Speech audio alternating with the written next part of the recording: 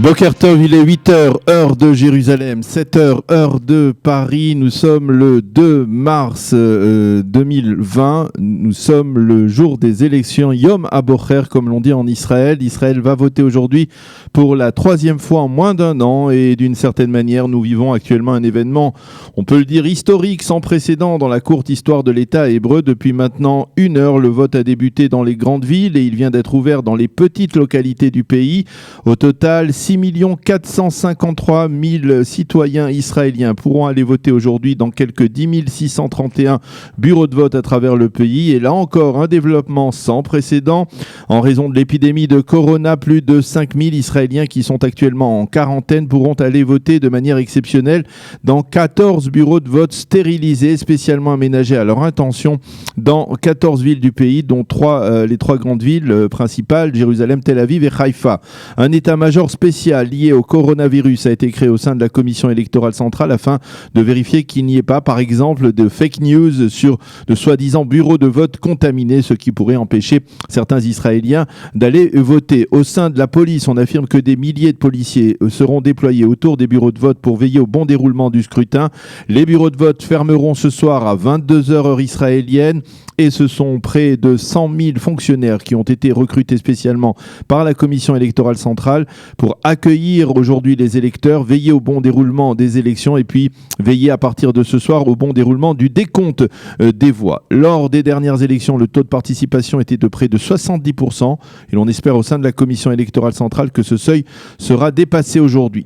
La grande inconnue, est-ce que ce soir, ou plus précisément demain matin, à l'issue du décompte de plus de 90% des suffrages, Israël pourra se doter d'un gouvernement, ou bien est-ce que l'impasse politique qui gèle la vie du pays depuis plus d'1 an se poursuivra? Hier soir, Benjamin Netanyahou s'est rendu au Kotel avec son épouse Sarah. Ils ont récité ensemble des psaumes pour la réussite du Premier ministre. Celui-ci a d'ailleurs déposé un petit papier dans les interstices du mur occidental, un papier que l'on a retrouvé sur lequel il a écrit « Priez pour que le dernier grand effort apporte un bon gouvernement au peuple d'Israël ». Fin de citation. Quant à Benny Gantz, il a donné une dernière touche aux préparatifs de cette journée électorale. Il faut savoir que l'ensemble des partis politiques considèrent que la victoire de tel ou tel camp dépendra de la capacité des partis à mobiliser l'électorat aujourd'hui, à faire venir les électeurs le plus massivement possible dans les bureaux de vote. Pour le Likoud, l'objectif est d'atteindre les 61 députés.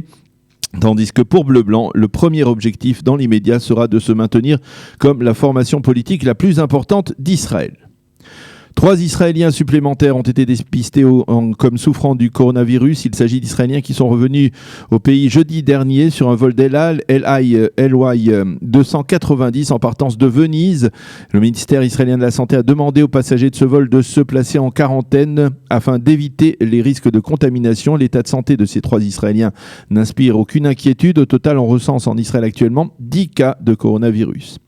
La convention de l'AIPAC se poursuit aujourd'hui à Washington à l'ombre des élections en Israël et les 18 000 délégués qui y participent auront ce soir et demain les yeux rivés sur les résultats des élections en Israël, mais aussi sur le Big Tuesday avec les élections primaires pour les démocrates de demain dans plusieurs États des États-Unis. Durant la nuit dernière, le Premier ministre Benjamin Netanyahou est intervenu par vidéo devant les délégués.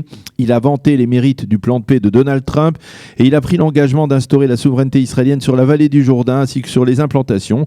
Mais après que la procédure de tracer des limites de ces localités qui se poursuit avec l'administration américaine soit terminée. Ce jour-là sera un jour historique car la carte d'Israël changera en mieux, a affirmé le Premier ministre, qui a également promis qu'Israël laissera une porte ouverte au dialogue avec les Palestiniens. Benny Gantz avait déjà pris la parole hier matin devant la même convention. Hier soir, les délégués ont également pu voir un enregistrement d'une intervention du candidat démocrate Joe Biden. Celui-ci a appelé Israël à cesser de menacer d'instaurer sa souveraineté sur la Judée-Samarie et il a appelé les Palestiniens à cesser de leur côté leur incitation contre l'État d'Israël et leur tir à partir de la bande de Gaza. Il les a appelés à reconnaître le caractère juif de l'État d'Israël. Ceci étant, la Jordanie a affirmé hier par la voix de son Premier ministre que son accord de paix avec Israël était en péril en raison, je cite, de mesures unilatérales prises des derniers mois par les Israéliens sur les lieux saints musulmans et chrétiens à Jérusalem. Le chef du gouvernement jordanien, Omar Arazaz, a déclaré sur la chaîne CNN que les relations entre les deux pays traversaient leur crise la plus grave depuis l'instauration du traité de paix en 1994.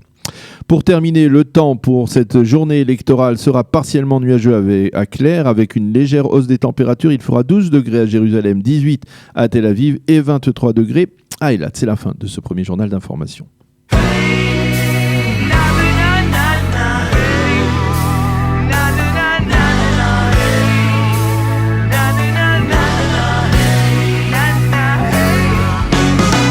תגידי לי שמשיח הגיע, שהעצבות נכנעה לשמחה, ואין יותר מלחמה. Boker Tov à nouveau, comme je vous le disais en début de journal, nous sommes le 2 mars 2020, nouvelle journée électorale, nouvelles élections législatives aujourd'hui en Israël, les troisièmes en moins d'un an, et nous sommes donc le 2 mars 2020, le 6 Adar 5780. Daniel Haïk au micro, Jonathan Eshkol à la technique qui s'est déplacé aujourd'hui alors que nous sommes en de facto en journée fériée comme l'ensemble des Israéliens, mais nous travaillons bien entendu en cette journée d'élection et nous allons justement essayer de prendre un peu de recul par rapport au scrutin d'aujourd'hui ou en tout cas par rapport à la polémique politique qui s'est envenimée, on l'a constaté au cours des derniers jours, en dialoguant ce matin avec notre invité qui sera le professeur Claude Klein, ancien recteur de l'université de la faculté de droit de l'université hébraïque de Jérusalem. Nous parlerons avec lui justement